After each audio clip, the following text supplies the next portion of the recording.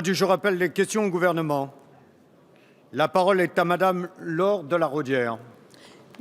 Merci, Monsieur le Président. Mes chers collègues, je souhaite à mon tour saluer la mémoire de notre collègue Sophie Dessus.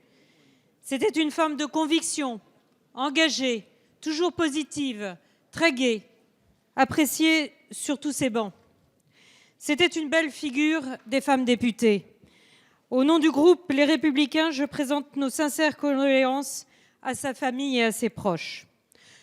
Monsieur le Premier ministre, les Français fulminent devant le cynisme politique de votre gouvernement, qui sacrifie les réformes nécessaires de la France sur l'autel du Parti socialiste, de votre parti. Chaque jour, j'entends le récœurement. Il vous reproche non pas de ne rien faire, mais surtout de tout faire pour que rien ne change. Vous agissez comme un premier secrétaire adjoint du Parti socialiste. Votre dérobade sur le projet de loi El Khomri montre comment vous courbez l'échine devant Madame Aubry et devant les syndicats qui trop souvent ne représentent qu'eux-mêmes. Pendant ce temps, les entreprises et les Français restent sidérés de l'énergie que vous mettez à leur mentir. Vous ne cessez d'évoquer les 40 milliards d'euros de baisse de charges, d'efforts fiscaux consacrés aux entreprises. Mais jamais vous n'osez dire que le niveau de prélèvement sur les entreprises n'est toujours pas revenu à celui de 2012. Voilà le résultat de votre folie fiscale des 6 premiers mois de 2012. Où sont vos réformes pour les entreprises? Rien sur la transformation profonde de notre économie, rien sur la digitalisation des entreprises, rien sur l'export, rien sur l'orientation de la commande publique pour les PME, rien sur la stabilité de la fiscalité, rien, cela ne peut plus durer. Monsieur le Premier ministre, quand allez-vous enfin trouver le courage qui visiblement vous manque pour demander à votre ministre de l'économie de faire les réformes qui s'imposent, lui qui passe des journées à les présenter à la presse et dans les médias? La parole est à Monsieur le Premier ministre Manuel Valls. Monsieur le Président, Mesdames et Messieurs les députés, merci Madame Laure de La Raudière pour les mots à l'égard de Sophie Dessus.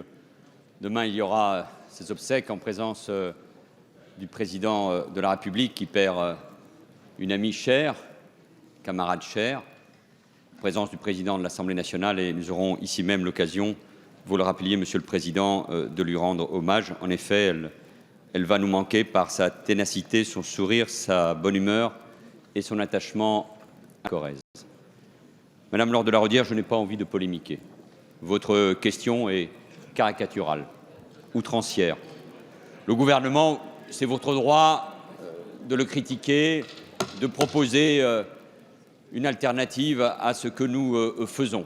Il est vrai, nous avons déjà eu l'occasion de le souligner, combien la fiscalité, en effet, pesait depuis plusieurs années sur les ménages comme sur les entreprises.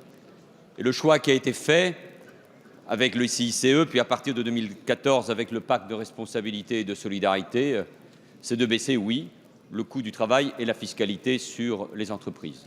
Et ce pacte de responsabilité et de solidarité a été soutenu, reste soutenu à la fois par les organisations patronales et les syndicats réformistes.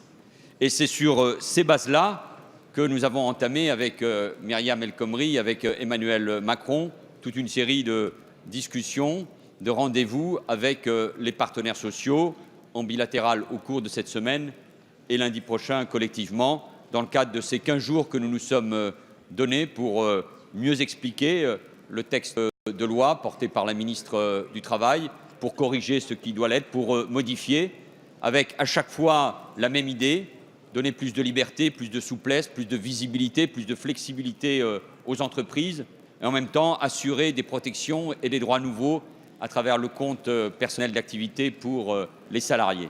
Il y a un débat dans le pays sur le code du travail. C'est une bonne chose parce que chacun peut s'apercevoir là où il y a des droits qu'il faut protéger, des changements et des améliorations qu'il faut porter. Et plutôt, Madame la députée, plutôt que d'être dans la critique outrancière, caricaturale, parce que au fond, ce qui ne marche plus, c'est ça, de quelque côté que ce soit de l'hémicycle, c'est se renvoyer en permanence la responsabilité, c'est porter des caricatures sur les uns et les autres, et je pense que c'est de cela dont les Français ne veulent plus là. Donc plutôt que d'être dans cette caricature, attendez que le texte vienne devant l'Assemblée nationale, d'abord devant la Commission des affaires sociales début avril et ensuite ici dans cet hémicycle fin avril et début mai pour pouvoir discuter, faire des propositions pour améliorer la compétitivité de notre économie, de nos entreprises dans un monde ouvert avec la révolution du numérique et pour améliorer la situation des salariés. Car au fond, il n'y a qu'une seule chose qui nous intéresse avec la ministre du Travail et le ministre de l'Économie dans cette affaire. Une seule chose, c'est bien sûr protéger les salariés qui aujourd'hui ont un emploi, mais c'est faire en sorte que ceux qui, depuis des années, ces centaines de milliers, ces millions de chômeurs,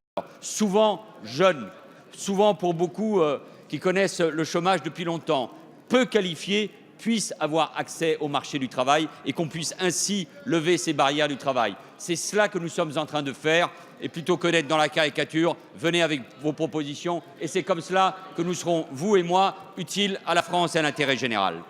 Merci, Monsieur le Premier ministre.